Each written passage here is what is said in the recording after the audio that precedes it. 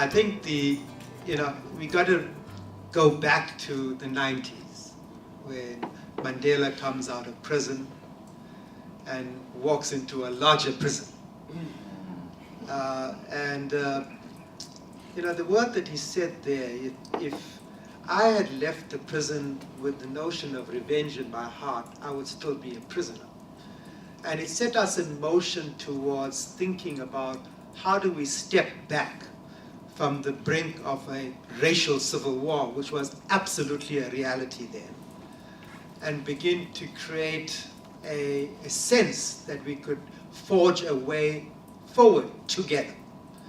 Now, Mandela and that generation, which includes me, never promised you that we will solve all your problems as the people of South Africa. What we committed to was a very simple demand which was encapsulated in one sentence. We want one person, one vote in a free, democratic, non-racial, non-sexist South Africa. But it was the social cohesion, it was the cement and the glue that held us together, that said to people, even if you are not going to solve the problems now of our generation, there's light at the end of the tunnel for your children and grandchildren. And we could robustly use the energy of our people that feed this country, not us as leaders. People took a stand, said, we had enough. That was what made the change, not great leaders, including Mandela.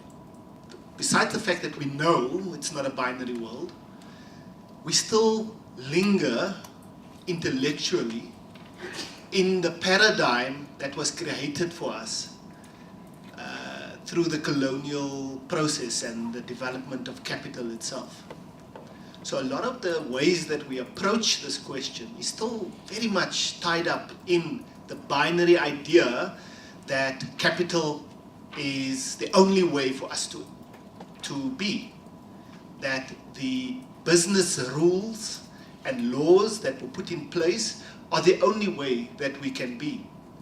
So it's very easy for us in a middle class world to say, as a presenter on radio on Human Rights Day was saying, despite all the bad things in South Africa, we still have a very good human rights culture. Now that's a perspective thing. What perspective is that? That's a middle class perspective. Because it's certainly not the perspective of 55% of our people who are living in poverty. So that's the first problem, is we approach this from a middle class values perspective to say, if we're riding in cars, we're living in a great, we've got internet, we've got access to all these modern technologies, that means we're doing something right. The fact is we're not.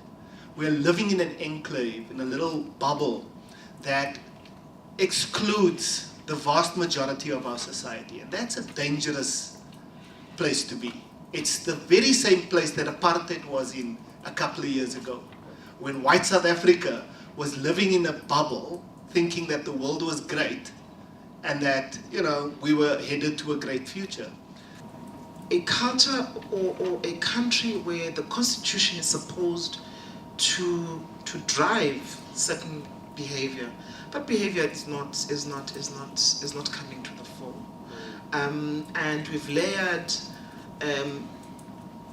regulation upon regulation because we're not enforcing. So we have BEE. How many people have actually benefited or are benefiting from BEE? To what extent are companies leveraging the policies that government has put in place as enablers for people to get into the economy a little bit quicker, to participate meaningfully in the workplace, in managerial positions, in et cetera, et cetera. But also, to what extent have companies numbed themselves to the reality of the situation on the ground and said, but we've come up with programs through our corporate social investments, we're doing the right thing by communities, etc., etc. We say we abide by the United Nations Global Compact, and we're doing, and you can't question them. They're getting audited, and the audits are going well. And on the BE front, they're ticking the boxes, and they're coming out as level 1 or level 2 BE companies. So our procurement processes, our leadership, we have not embedded in what we do in business to have a human, to bring in the human factor, to say it matters that there is the gender gap on pay between males and females is unsustainable. Why are we not having the conversation on equal pay for equal work? The cohort of CEOs that we have in large companies at this point in time in the country, we're sitting with a grouping of largely white men, largely people in probably their late 40s and into their 50s. And if you look at who those people are, they're people who missed that period of change. They were at university, they were at school, they came in their early adulthood was in sort of the early days of the Rainbow Nation. And then they went into a business world that was largely unchanged, and they made their way up the ranks, and then they came into the leadership. And I think that the problem that we have today is that to a large extent our business leadership is made up of people who have never engaged with the diversity, the range, the geographical diversity, the levels of poverty, the living conditions, the spaces and the places that people come from.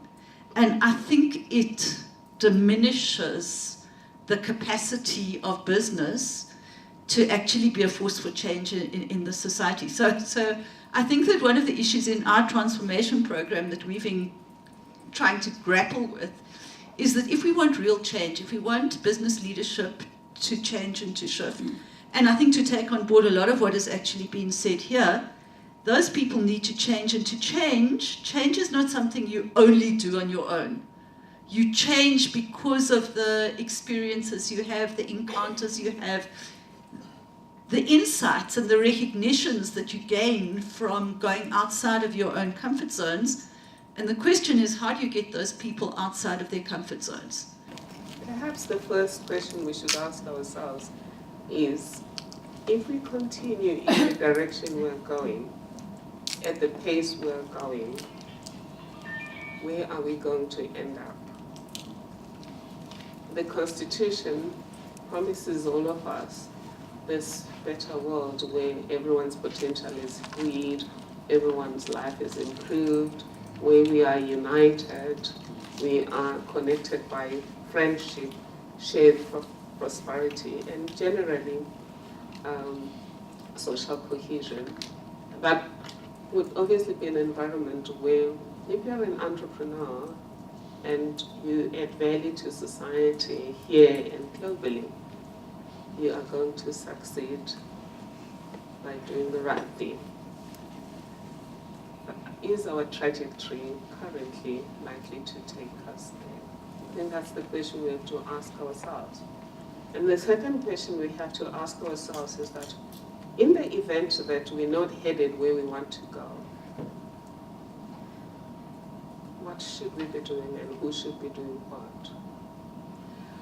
And Prof, you said that there's been a lot of pointing fingers at government, and my comrade from COSATU said the same thing, that we look up to government to do things. And also government tends to consult stakeholders. And stakeholders are those that can easily approach meetings and those who are verbal about their concerns. Is there a better way, though, of rethinking where we go?